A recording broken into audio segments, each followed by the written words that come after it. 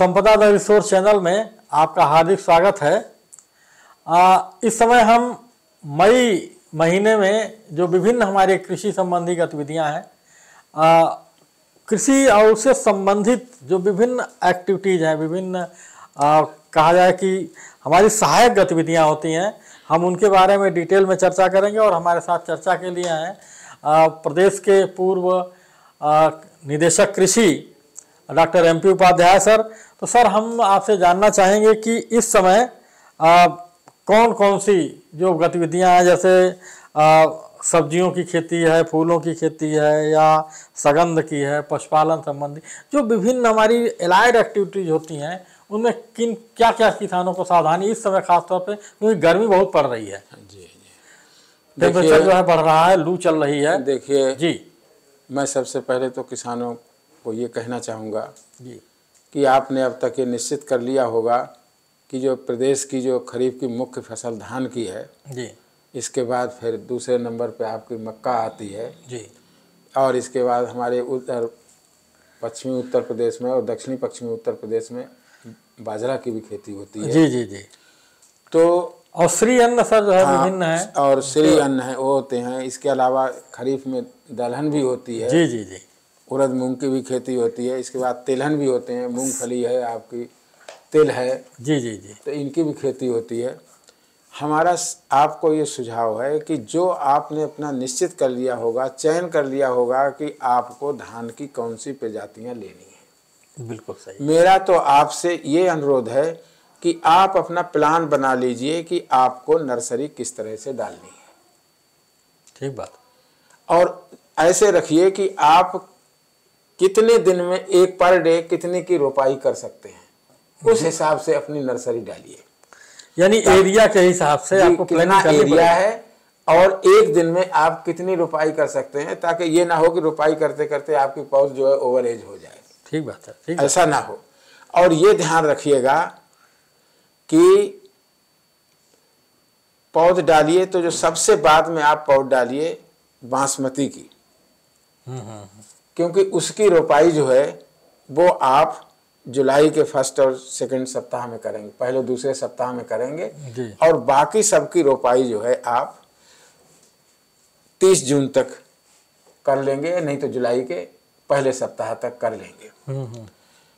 बासमती की रोपाई ज़्यादा पहले इसलिए करने की सलाह नहीं दी जाती है कि अगर ज़्यादा पहले कर दी जाती है तो वो हाई टेम्परेचर पे बाद में जाकर मैच्योर होती है, तो उससे उसका एरोमा, जो उसकी खुशबू है, जो सुगंध है, बिल्कुल सही, जिसके लिए लोग उसे पसंद करते हैं, वो उसमें कम हो जाती है। तो हमें ये देखना है कि उपज से भी कम ना हो और हमारी जो सुगंध है वो भी बनी रहे।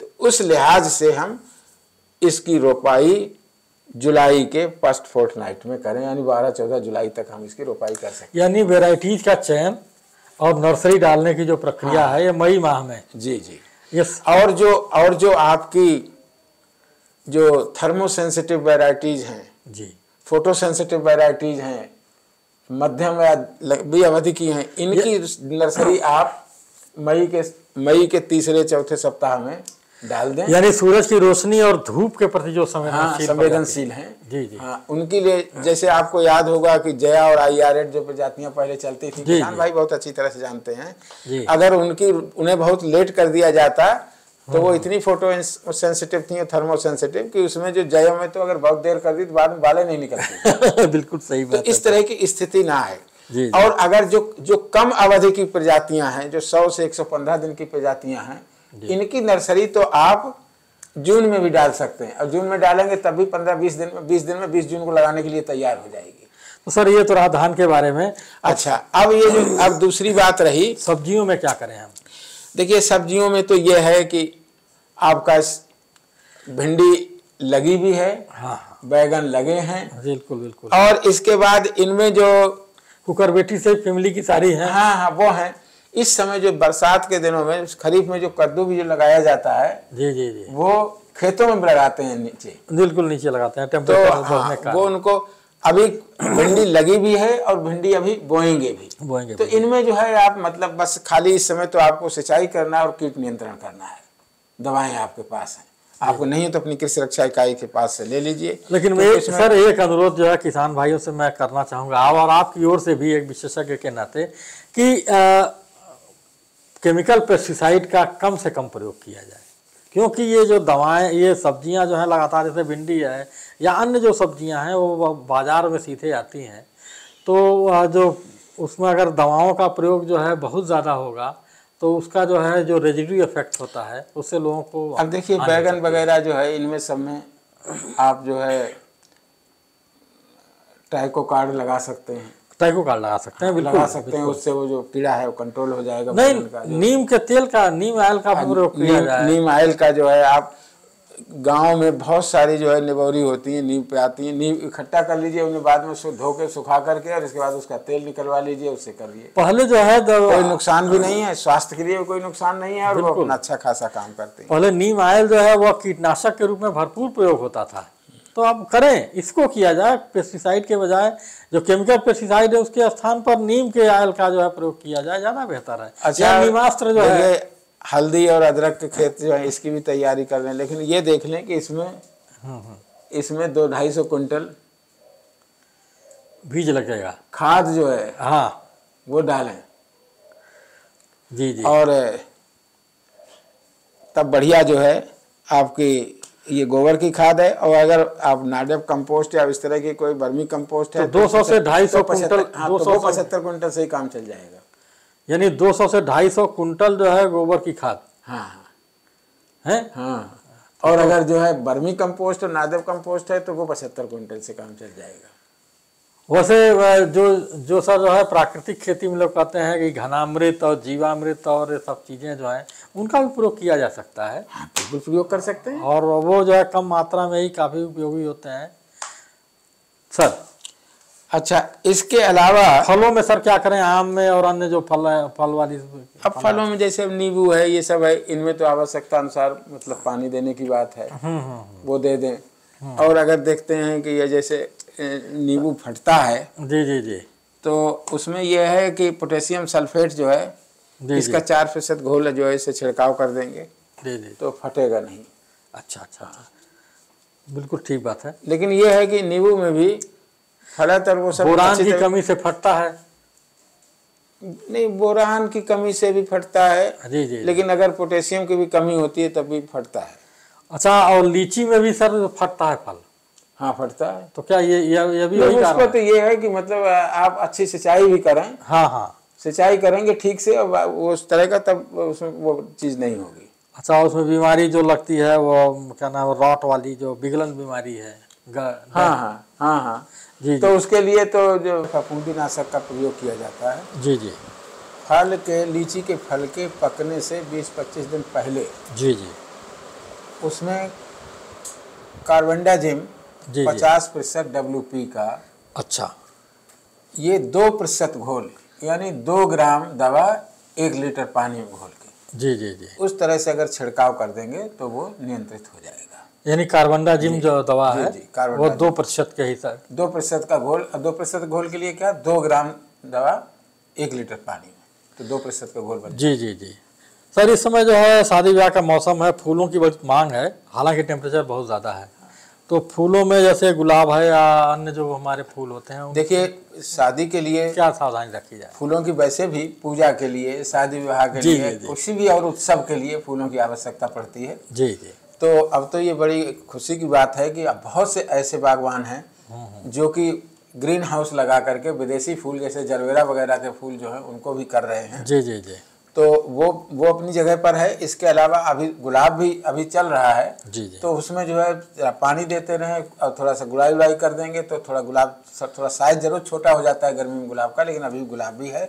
और गेंदा में भी बराबर सिंचाई करते रहें। गेंदा के फूल भी हैं इस समय, जीनिया के, यानी नमी मेंटेन करें, नमी मेंटेन करें। तो और बाकी इसमें कीड़े उड़े ज़्यादा इस समय गर्मी में नहीं लगते हैं फूलों में, तो फूल जो है पर्याप्त मात्रा में मिलते रहेंगे। एक सर जो है बहुत महत्वपूर्ण फसल है मेंथा की, हमारे सर पे लखनऊ और सीधी प्रदेश में भी अब काफ़ी कमर्शियल खेती के रूप में। हाँ देखिए, उसमें तो ये है कि मेंथा पे तो बहुत इम्पॉर्टेंट फसल है, कमर्शियल फसल है।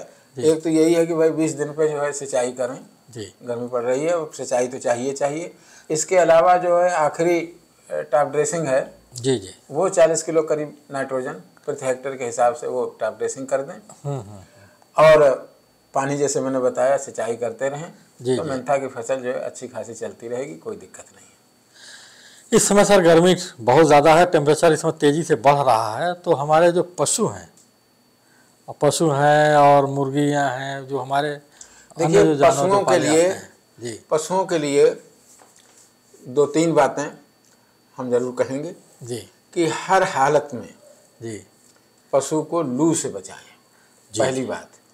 दूसरी बात, कुल ये ऐसी व्यवस्था करें जहां पशु को रखा है कि उन पे बहुत गर्मी का असर ना हो। बिल्कुल, वरना जो दुधारू पशु हैं उनका दूध कम हो जाएगा। बिल्कुल सही बात है। उनको साफ पानी पिलाएं और उनका जो चारा है जी उसमें हरा चारा भी रखें जी, तो जो है पशु बहुत अच्छी तरह से रहेंगे और उनका दूध जो है कम नहीं होगा। बिल्कुल सही। और जो आपके जो भैंस हैं जी जी, ये भी दूध देने वाली विशेष रूप से, तो इनको सुबह शाम दोनों टाइम नहलाएं।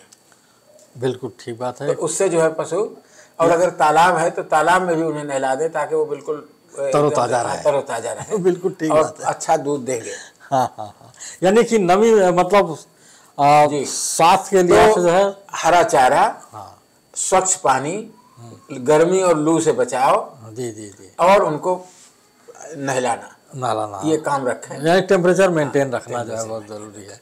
और ख़ास तौर से जिन लोगों ने ऐसे जानवर पाल रखे हैं जो मतलब जैसे विदेशी हैं, हॉस्टीन है और आपकी जर्सी है, तो इनको तो गर्मी से बचाएंगे नहीं तो भाई बहुत नुकसान होगा। जी बिल्कुल सही बात है सर। सर यहाँ पर जो है अब मुर्गी पालन भी, अब देखिए मुर्गी पालन भी एक अच्छा लाभकारी व्यवसाय है। जी जी, इसमें ये है मत्स्य पालन भी हो रहा है, काफ़ी मत्स्य पालन भी हो रहा है। तो इस समय तो ये है कि मुर्गियों को जी भी गर्मी से बचाएं, गर्मी से बचाएं। अगर मान लीजिए पेड़ की छाया है तो बड़ी अच्छी बात है। ऊपर अगर एस्बेस्टस की सीट लगी है तो एस्बेस्टस की सीट है तो उसको या तो पेंट वेंट कर दें, अच्छा, या जो है थोड़ा सा पुआल या फूस इस टाइप का रख दें ताकि ऊपर से गर्मी जो है वो ज़्यादा ना जाए। अच्छा, इसके अलावा जो उनकी जो साइड की जो खिड़कियां हैं वो सब हैं, उनमें जो है वो कपड़ा लगा करके, पर्दा वैसा करके, और उसको थोड़ा सा पानी छिड़कते रहे उस पर, तो अंदर टेम्परेचर जो है वो मेंटेन रहेगा। एस्बेस्टस की स्टील के ऊपर जो फूस डाल उसमें पानी से उसको भिगोना है। बिल्कुल ठीक बात है, ताकि टेम्परेचर जो है वो कंट्रोल में रहे, वो कंट्रोल में रहे। जी जी। अच्छा, इसके अलावा ये है थोड़ा सा उनकी डाइट में भी है।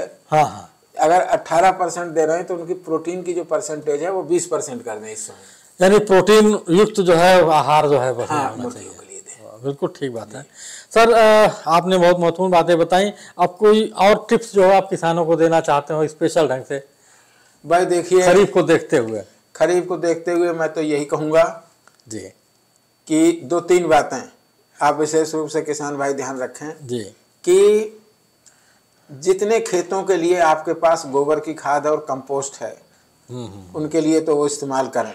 बाकी खेत जो बचते हैं उनके लिए अगर ना व्यवस्था की हो तो अभी भी समय है, आप हरी खाद के रूप में ढैंचा या सनई की बुवाई कर दें। बिल्कुल ठीक। और जो सिंचाई पर जो सुविधा दी है शासन ने, उसका भी आप पूरा लाभ उठाएं। एक चीज़।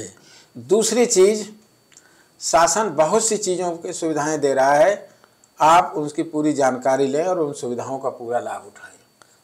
आपने मिट्टी परीक्षण अभी तक नहीं कराया है तो आप तत्काल करा लें, जरूर करा लें। बिल्कुल ठीक। आपने जो खरीफ के लिए जो आपको लेना है, जो आपने प्लान किया है, जिस तरह से आपने फसल चक्र अपनाना है आपको साल भर, तो इस समय खरीफ की फसलों की जो प्रजातियां आपने चयनित की हैं उनके बीजों की व्यवस्था आप तत्काल कर लें और प्रमाणित बीज ही लें और उन्हें शोधित करके, अगर शोधित नहीं है तो शोधित करके ही उनकी बुवाई करें। बिल्कुल ठीक बात सर, बहुत महत्वपूर्ण बातें सर आपने बताई। और एक चीज़ और भी कि वो श्री अन्न की जो है सरकार काफ़ी प्रोत्साहन दे रही है। हाँ, श्री अन्न जो है आपके, जी जी, आपका इनके लिए ज्वार बाजरा रागी मड़ुआ कोदो टांगुन सावा जी सावा कोदो सब जो है, तो इनमें सब में बहुत सुविधाएं दे रही है सरकार। इन सुविधाओं की जानकारी करें पहले और इसके बाद इन सुविधाओं को लें। और जो ऐसी जगह पर जहां पर आपके पास साधन के थोड़े कम है उनमें ये करें तो ये श्री अन्न वहां पर भी आपको अच्छी पैदावार दे जाएंगे। ठीक है। और ये पोषण की दृष्टि से बहुत अच्छे हैं। बिल्कुल ठीक बात है। यह इसकी मार्केट भी बहुत अच्छी, इसके दाम बहुत ज़्यादा अच्छे मिल रहे हैं। और तो एक कम लागत में, कम समय में और अच्छी कीमत आपको देने वाले हैं, इसका लाभ देने वाले हैं। तो इनके लिए भी प्लानिंग जरूर करें और सरकार द्वारा जो दे सुविधाएं हैं उन सुविधाओं का लाभ उठाया जाए। जी सर, आपने बहुत महत्वपूर्ण जानकारी दी है और निश्चित तौर पर मुझे विश्वास है कि किसान भाइयों को इससे इसका लाभ होगा। सर, आपका बहुत बहुत धन्यवाद। बहुत बहुत